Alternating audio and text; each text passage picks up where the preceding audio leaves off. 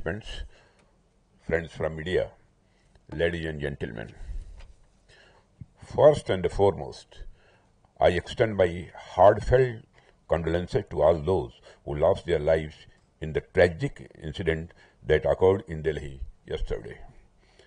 I pray to God to grant strength and solace to the bereaved families in this hour of deep grief. From this platform, I wish to assure my citizens that the country's leading investigative agencies are conducting a swift and thorough inquiry into the incident. The findings of the investigation will soon be made public. I want to formally assure the nation that those responsible for this tragedy will be brought to the justice and will not be spared under any circumstances. Ladies and gentlemen, it gives me immense pleasure to be amidst this August Assembly of the eminent speakers and participants at the Delhi Defence Dialogue 2025. I extend my warmest welcome to our distinguished international guests, whose wisdom and a global perspective will enrich our deliberations and lend greater substance to this dialogue.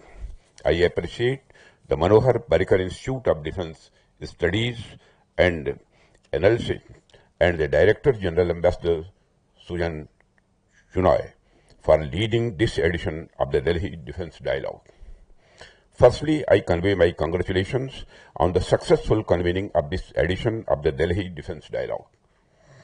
This forum has emerged as a flagship platform for thoughtful deliberations and a strategic engagement on the multifaceted challenges of defense and security. The dialogue brings together informed voices, fresh perspectives, and analytical insights to examine contemporary trends and evolving ideas in a rapidly transforming global environment. I also take this opportunity to wish the Director General, MPIDSA, scholars, staff, members, and everyone who has been associated with the Institute a very happy 60th Foundation Day. I have been told that it was on this day that IDSA was instituted in 1965 with the vision to promote national and international security through the generation and the dissemination of knowledge on defense and security-related issues. Over the years, MPIDSA has emerged as one of the finest think tanks, not only in Asia but also globally, through its in-depth, independent scholarly research, policy guidance, and efforts to enhance strategic thought in the country.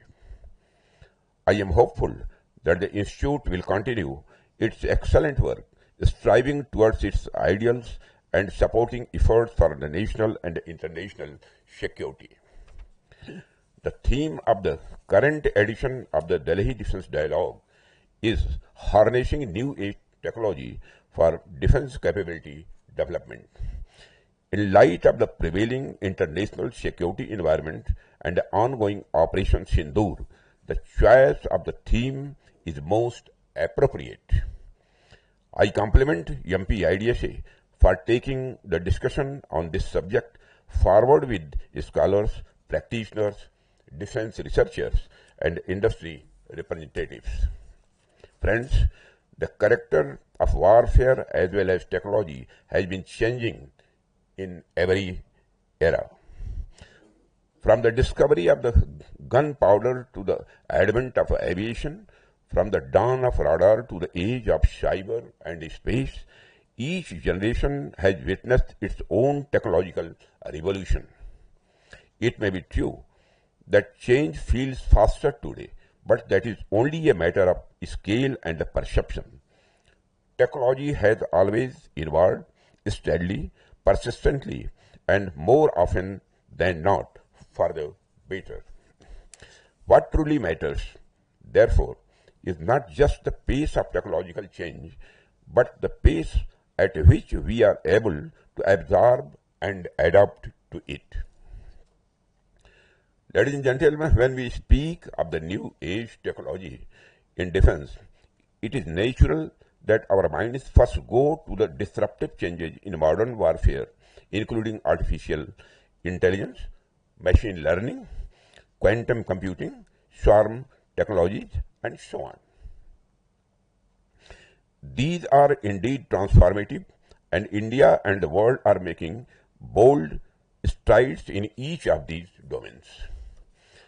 But to truly interpret this theme, we must look beyond the obvious.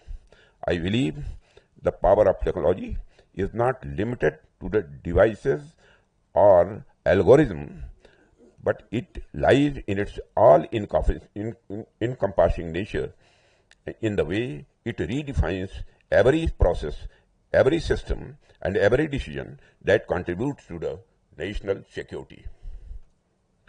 New age technologies is not just about what we fight with, but how we prepare, plan, and sustain. It shapes our procurement processes, our logistics networks, our decision framework, and even our training philosophies. Therefore, when I think about this theme of harnessing technology, I interpret it as a call to reimagine the entire defense ecosystem, right from the spark of an idea in a research laboratory to its field validation in the forward bases, from the flow of the materials through our supply chain to the flow of intelligence through our command centers. Technology must serve as a connective tissue that binds it all together. Whether it is designing a next generation radar, forecasting logistics needs through predictive analytics, or shortening decision cycles through digital dashboards, each element must work in harmony with the others. In this sense, harnessing technology is not just about adding new tools. It is about transforming the very basis of our institutions. It is about making them more agile, anticipatory, and adaptive. It is about creating a defense architecture that learns continuously, responds instantly, and evolves relentlessly in tune with the pace of change. Friends, it is but natural to get swept up in the prevailing buzzwords of our times. But I believe that the real revolution lies in the quieter, continuous improvement of the systems that enable faster, cleaner, and more transparent functioning. A high-speed data link or an AI-driven algorithm will achieve little if our internal processes remain slow. Even the promise of the quantum computing or autonomous systems will remain unrealized if we do not build the human and institutional capacity to absorb and supply them. It is about making them more agile, anticipatory, and adaptive. It is about creating a defense architecture that learns continuously, responds instantly, and evolves relentlessly in tune with the pace of change. Friends, it is but natural to get swept up in the prevailing buzzwords of our times. But I believe that the real revolution lies in the quieter, continuous improvement of the systems that enable faster, cleaner, and more transparent functioning. A high-speed data link or an AI-driven algorithm will achieve little if our internal processes remain slow. Even the promise of the quantum computing or autonomous systems will remain unrealized if we do not build the human and institutional capacity to absorb and supply them effectively. The spirit of harnessing new technology must extend to the way we design policy, process information, and make decisions. In that sense, technology is not only a tool but a culture. It is a way of doing things better, faster, and more intelligently. It is about ensuring that the data moves faster than doubt, that decision making is informed by evidence, and that the soldier, the scientist, and the civil servant all work in synergy through shared platforms. Much of our defense readiness today rests on what might be called invisible technologies, which includes secure data architectures, encrypted networks, automated maintenance systems, and interoperable databases. These may not capture public imagination like a new aircraft or missile or warship, but they determine whether the right equipment reaches the right place at the right time, whether commanders have real-time visibility, and whether systems talk to each other seamlessly. Friends, as I said, technology is not confined to weapons or platforms alone. It also resides in systems that make our institutions work faster, more transparently, and more intelligently. The true test of technological advancement lies not only in what we create, but in how we function. Technology must be seen not only as a force multiplier, but also as a resource optimizer. The true measures of this, the true measure of its impact lies in how efficiently it helps us plan, prioritize, and platform.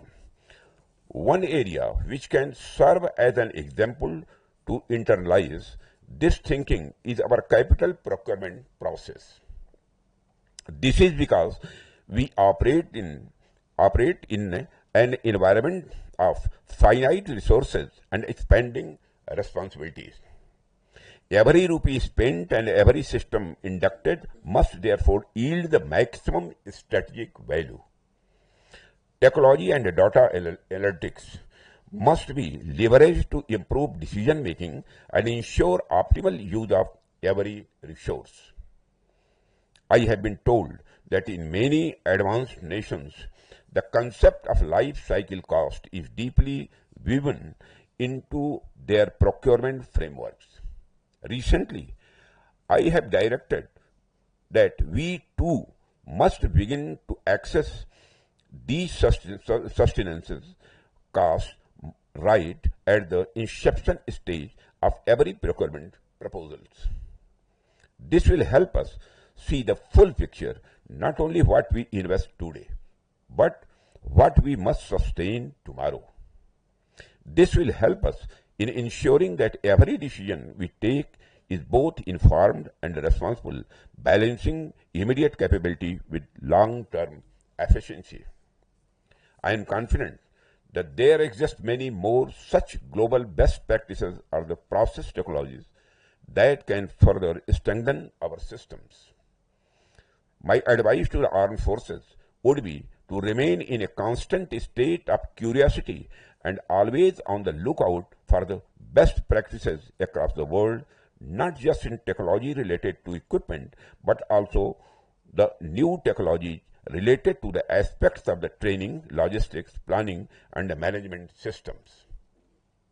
This institute can play a crucial role in this endeavor by studying, documenting, and disseminating such practices and helping the services adapt them to our national context. In fact, if given a choice, it is far better to import best practices than to import the best equipment. Because once we perfect the process and once our systems are robust, adaptive, and transparent, we will not merely purchase excellence from abroad, we can produce it here at home. And that, friends, brings us to the heart of the matter. Ultimately, the real challenge before any nation is to build systems and ecosystems that make the creation as well as the adoption of the new technology natural, swift, and self-sustaining. If our foundations are strong, our institutions agile, our minds open, and our collaboration seamless, then every new technological wave will not overwhelm us. It will propel us. We will not merely adopt the revolutions made elsewhere, but become the architects of the revolutions born here. Therefore, for India, the path ahead is clear. We must move decisively from technology adoption to technology leadership. We can no longer be content with merely catching up to global innovation. We must aim to set the pace and shape the future. Our strength lies not in any single institution, but in our ecosystem of talent, ideas, and partnerships. And we have a young and inventive workforce full of imagination and purpose. And we have a vibrant startup culture that is unafraid to experiment, to take risks, and to challenge convention. Our defense industrial base is expanding with the renewed confidence and the clarity of the direction. The synergy between DRDO, our armed forces, industry, and academia is deepening and creating a virtuous cycle of research, testing, field feedback, and innovation. We must continue to nurture the culture of innovation by giving our scientists and startups both the freedom of imagine and the support to deliver, by encouraging collaboration over silos and speed over procedural inertia. Technology leadership doesn't emerge from isolated brilliance. It grows from a national ecosystem that rewards ideas, tolerates failures, and celebrates breakthroughs. Friends, in the past, the defense and the government agencies drove technological initiatives with their spin-off benefits percolating into society. The internet is one such example.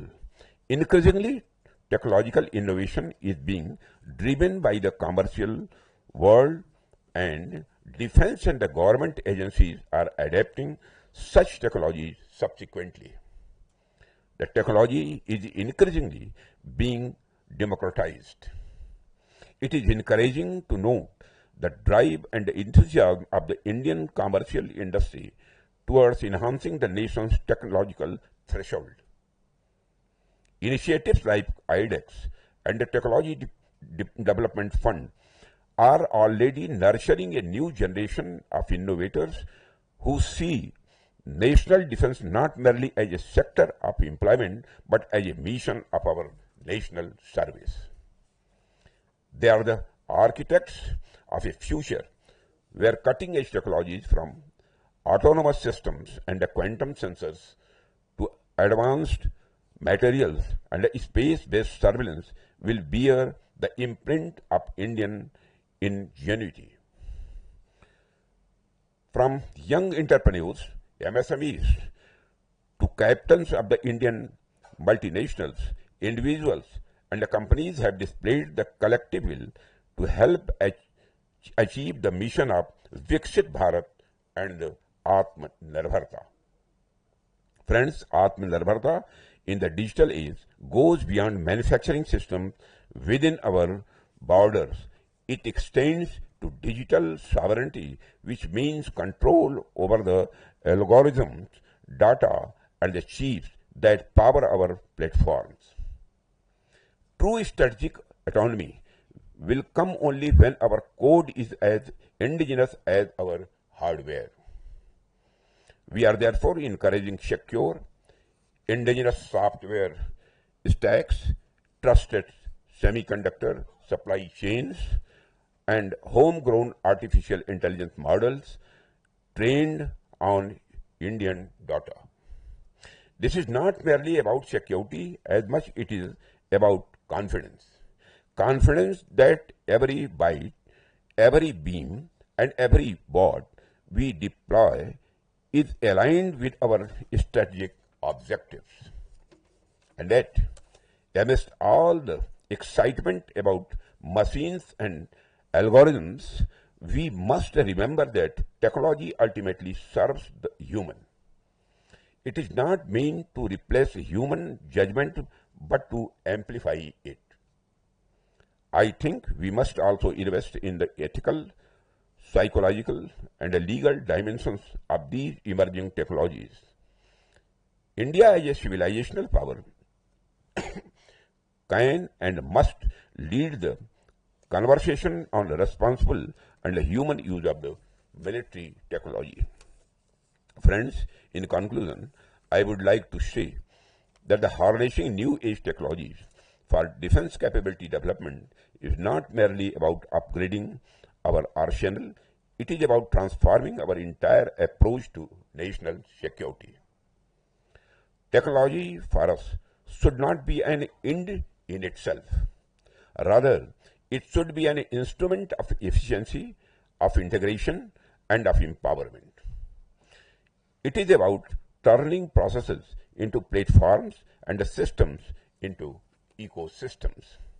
It is about ensuring that every investment in technology enhances not only our capability but also our credibility and confidence as a nation. It must make our forces faster in decision, sharper in response, and stronger in outcome. It must help us use every rupee, every resource, and every idea more intelligently. Friends, our task, therefore, is not only to acquire new technologies, but to create the conditions where technology can thrive through sound processes, agile institutions, and a spirit of collaboration that unites the soldier, the scientist, the startup, and the strategists. That is how India will move from being a consumer of technology to a creator of technology, and from adapting to technological revolutions made elsewhere to shaping revolutions born here. Friends, before I end my address, I extend my very best wishes to all participants of the Delhi Defense Dialogue 2025. I wish you productive deliberations to better understand our technological goals and means to achieve them. Once again, I extend my heartiest compliments and congratulations to the MP IDSA team for organizing such a vibrant event. Thank you very much. Jai Hind. If you like this video, then like, share and subscribe to Mirror Now.